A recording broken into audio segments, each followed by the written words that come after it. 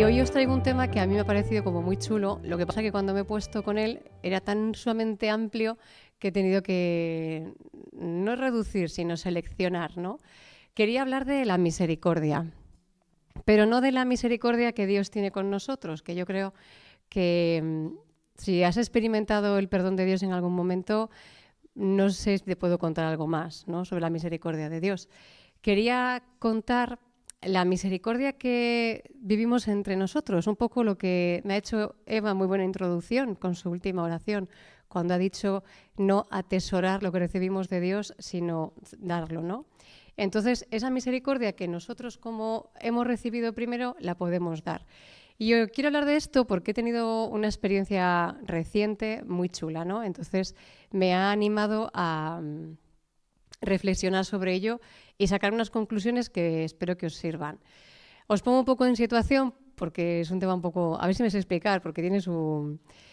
Supe por circunstancias o porque estar en el momento y en el lugar adecuado de una persona que había hecho daño a otra, ¿no? Una cosa seria, o sea, no una tontería, no algo opinable o emocional o circunstancial, sino alguien que a otro pues le hace un daño grave, ¿no?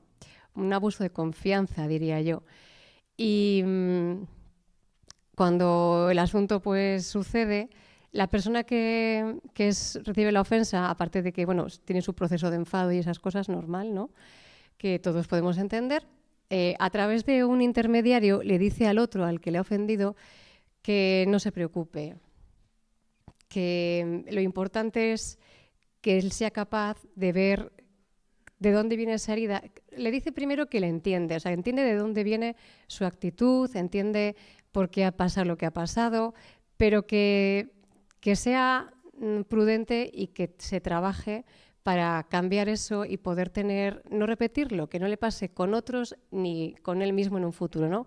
Que no pueda ser algo que en un futuro le traiga más problemas. Y a mí me sorprendió porque es algo que puedes esperar entre gente cristiana, pero hubiésemos podido entender otro tipo de respuesta, hubiésemos podido entender no quiero saber más de ti. Y sin embargo lo que yo presencié, bueno, me enteré fue de esta reacción de mira, es importante que esto lo trabajes, que lo sanes, que tengas cuidado, ¿no? Pero no acaba ahí la cosa. Pasa un poco el tiempo y el que había metido la pata quiere pedir perdón. Entonces, ahí estaba yo, en medio otra vez, y se disculpa, ¿no? Le abre su corazón con sinceridad y la persona esta le dice, mira, por mí no hay ningún problema. Y yo pensé, ¿lo está diciendo en serio? O sea, esto es verdad, porque hay veces que oímos cosas y sabemos que son mentira. Pues esa sensación de decir esto es cierto, ¿no? Dice, por mí no hay ningún problema, porque además creo que todo el mundo se merece una segunda oportunidad.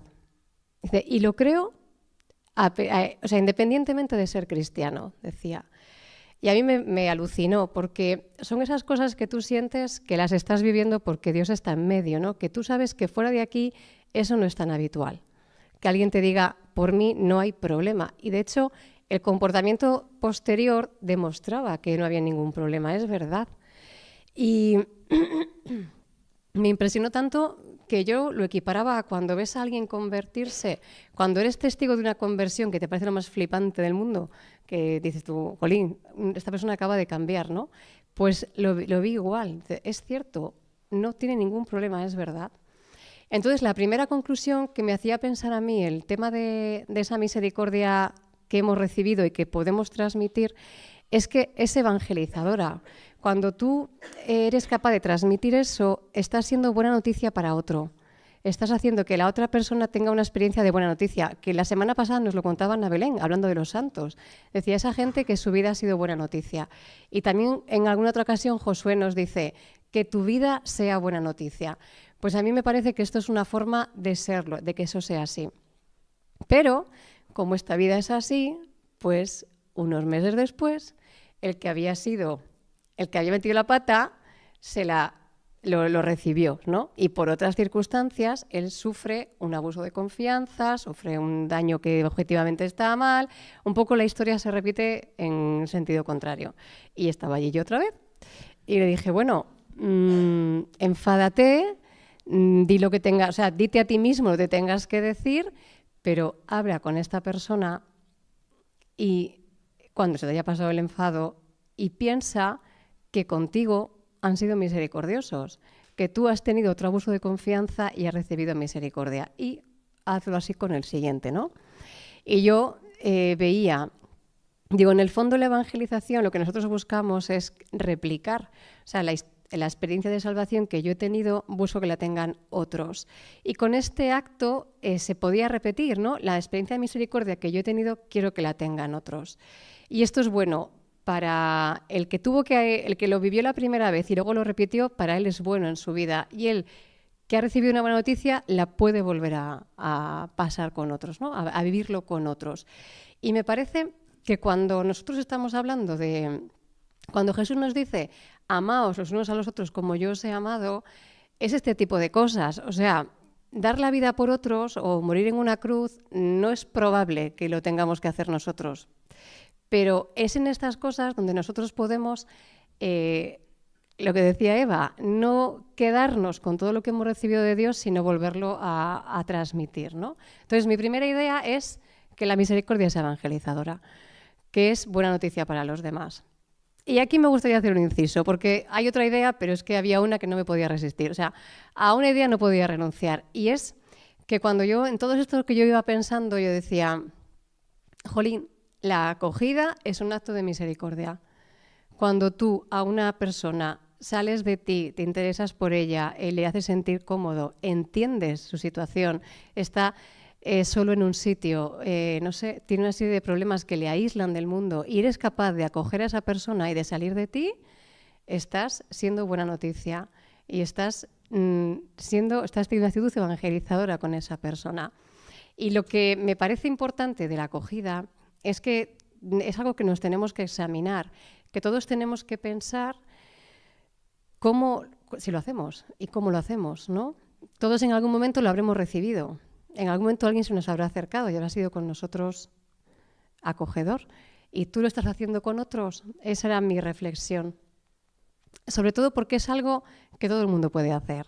O sea, cantar a lo mejor no puede hacerlo todo el mundo. Acompañar tampoco, pero acoger, todos en algún momento vamos a ser el veterano en un lugar en donde alguien es nuevo, por ejemplo, ¿no? Y podemos pasar por ese momento de ser buena noticia para otra persona. Entonces, revisaos cómo vamos de acogida. Mi consejo, creo que es bueno también para ti, ¿eh? Y la última idea que quería plantear sobre este asunto es que veníamos hablando un día, Paco y yo, en el coche de la agenda que teníamos para el mes de enero y comentábamos que teníamos algo que hacer el día de San Esteban.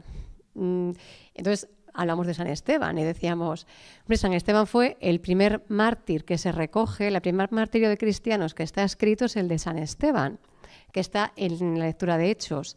Y la historia cuenta que allí estaba presente Saulo, o sea, Pablo antes de convertirse.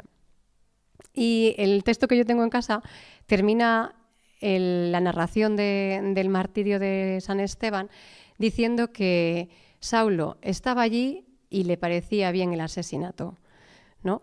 Entonces, comentábamos entre nosotros que tuvo que ser para Pablo muy duro cuando se convirtió,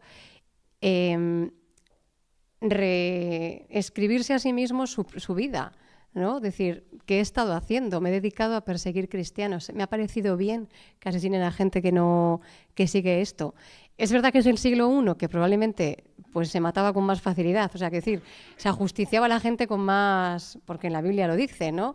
A las adúlteras las apedreaban. O sea, que habría otra visión de la situación. Pero también es verdad que cuando tú lees los evangelios, la naturaleza humana es la misma. Hay muchas cosas que ves que nos podemos identificar 2000 años después. Y yo creía, digo, pues es que este hombre tuvo que tener muchísimo sentimiento de culpa, tuvo que sentirse muy culpable con su historia personal, ¿no? Con su papel en la persecución de los cristianos, sobre todo una vez que te has vuelto parte de ellos. Es que de repente a tus hermanos les has quitado otros hermanos, ¿no? Has contribuido. Y la culpabilidad es algo que yo pensaba, ese es el lugar donde tú estás contigo mismo sin un ápice de misericordia, ¿no? Donde tú te tratas sin ninguna misericordia. Creo que tiene una utilidad porque te muestra, te hace ver claro dónde has metido la pata, te hace arrepentirte, te hace enfrentarte a sentimientos complicados de gestionar, ¿no? Pero una vez que eso ha sucedido es algo que tienes que descartar. Porque si no lo descartas, no puedes hacer contigo mismo lo que tienes que hacer con otros, ¿no? No puedes ser comprensivo con tus circunstancias, no puedes decirte, sé de qué herida viene esto, no puedes acoger lo que eres realmente, ¿no? Y si no podemos vivir con nosotros mismos la misericordia, ¿la vamos a poder vivir con los demás? Pensaba en el Evangelio de la semana pasada cuando decía el primer mandamiento es amar a Dios y el segundo amar al prójimo como a ti mismo. Pero si no te amas a ti, puedes amar al prójimo, ¿no? Si no eres misericordioso contigo, puedes serlo con el prójimo. Y estas eran las dos ideas principales que sacaba, ¿no? Por una parte, que la misericordia es evangelizadora y por otra parte, que necesitamos tener misericordia con nosotros mismos, que no significa que tengamos que quitarle importancia a las cosas. Tenemos que poder decir lo que decía este hombre al principio, ¿no? Lo de, mira, esto lo tienes que tener cuidado, lo tienes que corregir por ti y por los demás, porque tú te puedes hacer daño a ti mismo y puedes hacer daño a otros. Y si no pasamos por ese proceso, habrá cosas que nunca podamos vivir. Y si no apartamos la culpabilidad, habrán cosas que no van a poder suceder. Y estas eran las dos ideas principales que os quería compartir. Pero quería invitaros a una reflexión. Lo pensaba sobre todo, más que nada, con la gente joven, porque yo creo que los que tenemos una edad y ya peinamos canas, no os voy a contar nada que no hayáis vivido vosotros, ¿no?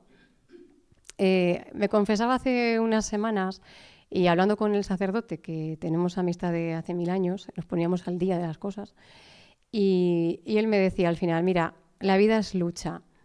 Y esta semana lo volví a escuchar, ¿no? Escuchaba a alguien en televisión que con todo este tema él hacía la reflexión y decía, la vida es lucha. Y es verdad, creo que es verdad, y que todo lo que vale la pena en esta vida cuesta. Difícilmente es gratis tener relaciones que funcionen, me da igual de amistad que familiares. Difícilmente viene solo el tener una situación, una profesión que te guste o donde te sientas bien valorado o que te permita vivir dignamente, o la salud. O sea, el que no tener colesterol, hipertensión, no sé qué, azúcar y no sé qué, también también cuesta. Y la vida muchas veces cuando sales de una parece que ya estás entrando en otra, ¿no? Cuando a lo mejor consigues un trabajo que es lo que estabas esperando, pues alguien de tu familia enferma. O cuando sale alguien de una enfermedad, pues o a otro le pasa otro asunto. Y yo creo que eso es así. Pero yo quería compartir con vosotros con el tema este de la misericordia con uno mismo, mi experiencia que yo creo que comenzó, o sea, yo tuve esa experiencia de conmigo mismo la misericordia cuando me acepté, cuando hice un proceso de aceptación. Y eso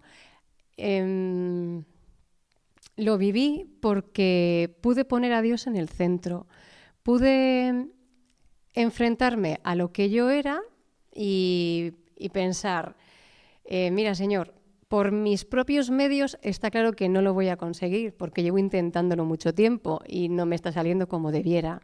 Que creo que a veces nos pasa, ¿no? A veces vivimos como en una tensión porque por nuestros propios medios decidimos afrontarnos a nosotros mismos, a enfrentarnos, ¿no? Y por nuestra propia resistencia conseguir cambiar ciertas cosas. Y yo recuerdo ese momento en el que dije, mira, a mí no me está saliendo muy allá, encárgate tú. Y eso me supuso como dejar de obsesionarme, ¿no? Dejar de obsesionarme con el control de la situación y empezar a pensar en lo que ¿Qué podría ayudarme a mí a mejorar mi relación con Dios? ¿Qué podría hacer de mí mejor mi relación? Y había cosas que me ayudaban. Recuerdo perfectamente que durante un tiempo a mí me resonaba mucho la frase del Evangelio de la carta a los Corintios que dice: ambicionad los carismas mejores.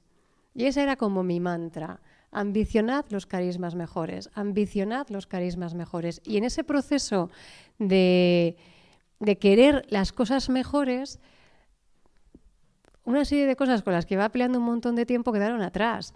Sobre todo porque empiezas a pensar en otra gente que no eres tú. O sea, desenfocas de tu ombligo y empiezas a enfocar fuera de ti.